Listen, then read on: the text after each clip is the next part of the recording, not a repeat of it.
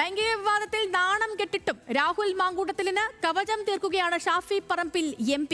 Palakkad A ഗ്രൂപ്പിന്റെ യോഗം വിളിച്ചു ചേർത്തു ഷാഫി. രാഹുലിനെ പ്രതിസന്ധി ഘട്ടത്തിൽ കൈവിടരുത് എന്നാണ് ധാരണ. എന്നാൽ യോഗം ചേർന്നിട്ടില്ല എന്നാണ് ഷാഫിയുടെ വിശദീകരണം. അജിത് ബാബു ഉണ്ട് കൂടുതൽ വിവരങ്ങളുമായി പാലക്കാട് നിന്ന്. അജിത്ത്, ലൈംഗിക ആരോപണം ഉയർന്നതിനു ശേഷം ഇതുവരെ പാലക്കാട്ടിലേക്ക് MLA എത്തിയിട്ടില്ല. പാർട്ടി പുറത്താക്കിയെങ്കിലും എങ്ങനെ രാഹുലിനെ മണ്ഡലത്തിൽ സജീവമാക്കാമെന്നാണോ വർക്കിംഗ് പ്രസിഡന്റ് കൂടിയായ ഷാഫി പറമ്പിലിന്റെ നിലവിലെ ആലോചന? ഒറ്റപ്പെടുത്താൻ അനുവദിക്കില്ല എന്ന പ്രഖ്യാപനം കൂടിയായി കണക്കാക്കാമോ ഷാഫിയുടെ ഇന്നത്തെ യോഗവും പിന്നീട് നടത്തിയ പ്രതികരണങ്ങളൊക്കെ?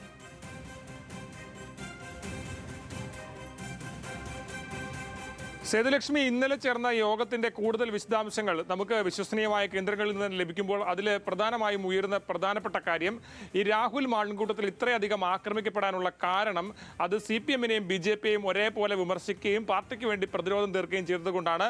അതുകൊണ്ടൊരു പ്രതിസന്ധി ഘട്ടം വരുമ്പോൾ ഒറ്റപ്പെടുത്തുന്നത് ശരിയല്ല, ആക്രമിക്കാൻ ഇട്ടുകൊടുക്കുന്നതും ശരിയല്ല എന്നുള്ള നിലപാടാണ് ഇന്നലെ ചേർന്ന ഗ്രൂപ്പ് യോഗത്തിൽ ഉണ്ടായത്. മാത്രമല്ല, അതിൽ പ്രധാനമായും ചില കാര്യങ്ങൾ കൂടി പറയുന്നുണ്ട്. ചിലർക്കൊക്കെ പ്രത്യേകമായ താല്പര്യങ്ങളുണ്ട് രാഹുലിനെ വേട്ടയാടാൻ.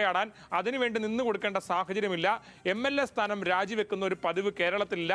ആരോപണം ഉണ്ടായെങ്കിൽ അത് കോടതിയിൽ തെളിയിക്കുന്നത് വരെ സ്വാഭാവികമായും അത്തരത്തിൽ അയാളെ കുറ്റക്കാരനെന്ന് പറയാൻ കഴിയില്ല. അതുകൊണ്ട് തന്നെ ആരോപണം നിൽക്കുമ്പോൾ തന്നെ പാർട്ടി നടപടി സ്വീകരിച്ചു. അതിനപ്പുറം കടന്ന് MLA സ്ഥാനം രാജിവെക്കണം എന്ന് പറയുമ്പോൾ അതിനനുസരിച്ച് ചുവടുവെക്കുകയല്ല കോൺഗ്രസ് നേതൃത്വം ചെയ്യേണ്ടതെന്നുൾപ്പെടെയുള്ള കാര്യങ്ങളാണ് ഈ ചർച്ചയായി ഉയർന്നു വന്നത്. മാത്രമല്ല, ഉമാ തോമസ് ഒക്കെ പ്രതികരിക്കുമ്പോൾ കുറച്ചുകൂടി കൃത്യമായി ആലോചിച്ച് വേണമായിരുന്നു പ്രതികരിക്കണമെന്നടക്കമുള്ള വിമർശനങ്ങളും ഉയർന്നു.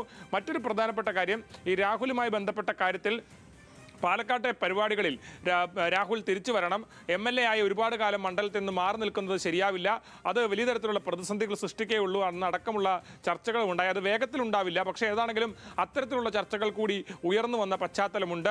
നമുക്കറിയാം, പാർട്ടിയിൽ നിന്നാകെ നടപടിയെടുത്ത് ഇത്തരത്തിൽ രാഹുൽ ഒറ്റയ്ക്കാണെന്ന് കരുതുമ്പോഴാണ് കോൺഗ്രസിൻ്റെ ഇത്തരത്തിൽ രാഹുലിനൊപ്പം നിൽക്കുന്ന ഷാഫി പറമ്പിൽ ഉൾപ്പെടെയുള്ള ആളുകളുടെ നേതൃത്വത്തിൽ യോഗം ചേരുകയും ആ യോഗത്തിൻ്റെ അടിസ്ഥാനത്തിൽ ഇത്തരത്തിൽ രാഹുലിനെ പൂർണ്ണമായും തള്ളേണ്ടതില്ല, അത്തരത്തിൽ ഈ പാർട്ടി എടുത്ത നടപടികൾക്കപ്പുറം രാഹുലിനെ വേട്ടയാടാൻ ശ്രമിക്കുന്നവരെ അതിനുവേണ്ടി ചട്ടുകമായി നിന്നു കൊടുക്കാൻ പാടില്ല എന്നാണ് ഒരു വിഭാഗം നേതാക്കൾ ഇത്തരത്തിൽ ഈ ഗ്രൂപ്പ് യോഗത്തിൽ അഭിപ്രായമായി പറഞ്ഞത്.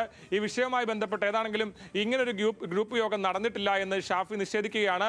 അത്തരത്തിൽ ഒരു യോഗത്തിലും താൻ പങ്കെടുത്തിട്ടില്ല. വിവാഹത്തിനായിട്ടാണ് താൻ പാലക്കാട് വന്നത്, അതിനുശേഷം മടങ്ങുകയാണ് ചെയ്തത്.